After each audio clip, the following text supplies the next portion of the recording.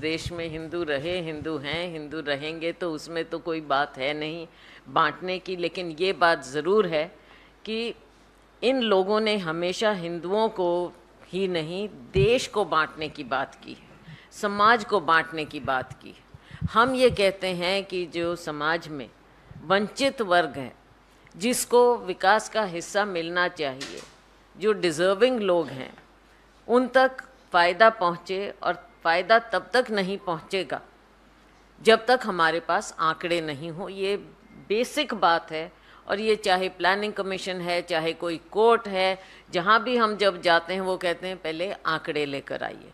और ये सरकार आंकड़े लाना नहीं चाहती। हमने जनगणना की 2011 में, इनको वो पब्लिश करनी चाहिए थी, आज तक वो निकाली नहीं है इन्होंने। अगली जनगणना की नहीं। आगे की बात कब क्या होगी, क्या इन पर आप भरोसा कर सकते हैं? आंकड़ों को छिपाना ही इनका काम है। हर तरह से इन्होंने आंकड़े छिपाए हैं। चाहे कोरोना का समय था तब आंकड़े छिपाए। अब इनकी कोशिश है कि इनका एजेंडा बिखर जाएगा अगर असलियत सामने आ जाएगी। तो हम ये चाहते हैं, हमारी दो बातें हैं कि एक तो असली आंकड़े आने चाहिए। इसके लिए हमारी वर्किंग कमेटी का रेजोल्यूशन भी आपने देखा, कार्य समिति ने प्रस्ताव पारित किया है। और हमने छत्तीसगढ़ में भी कहा है कि जनगणना होगी और हम वो आंकड़े सामने लाएंगे ताकि लोगों को असलियत पता तो चले। आज के दिन आप ढक रहे हैं, कभी हिंदू की बात करते हैं, कभी कुछ बात करते हैं, लेकिन आप उन वर्गों की बात नहीं करते जिन वर्गों को आज के दिन ज़रूरत है, हैंड होल्डिंग की ज़रूरत है, या किसी भी प्रकार से डेटा सामने आना चाहिए। वोट तो ज़रूर जाकर मांगते हैं कि मैं फलाने वर्ग का हूँ तो इसलिए मेरे साथ ये किया जा रहा है, मैं फलाने वर्ग का हूँ तो ये होना चाहिए। उस समय तो आपको ये नहीं लगता कि आप बांट रहे हैं समाज को, तब क्यों अपने वर्ग की बात करते हैं आप? तब विक्टिम कार्ड प्ले करते हैं। और जो असली हैं, जिन्हें वंचित रखा गया है या सिस्टम जिस तरह से बना है, उनके जब आंकड़े सामने आएंगे तो बल्कि इसकी तो सपोर्ट करनी चाहिए भारतीय जनता पार्टी ने कि हम पहले करें।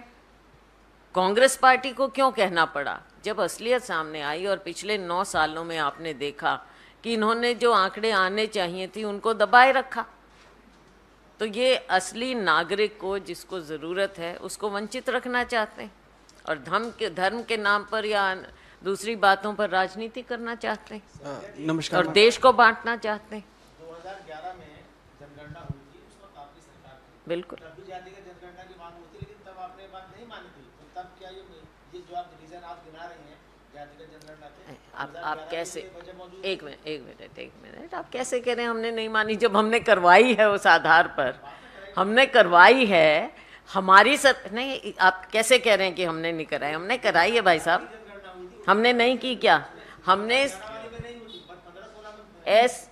सोशियो इकोनॉमिक कास्ट सेंसस हुआ था और उसको, जैसा आप जानते हैं और जो इतिहास बताता है, उसको कंपाइल करने में, इकट्ठा करने में, निकालने में समय लगता है।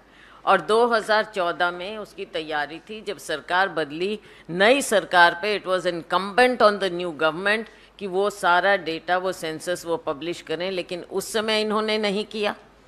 आगे के टाइम में जब करना चाहिए था, तब जो भी बात रही हो, लेकिन इन्हें एक बहाना मिला, तब जनगणना नहीं की। और अब उसका नतीजा आप देख लीजिए, महिलाओं के आरक्षण का जो ये फिर एक जुमला छोड़ा है कानून पास करके, और कहते हैं आगे जनगणना होगी तब हम करेंगे।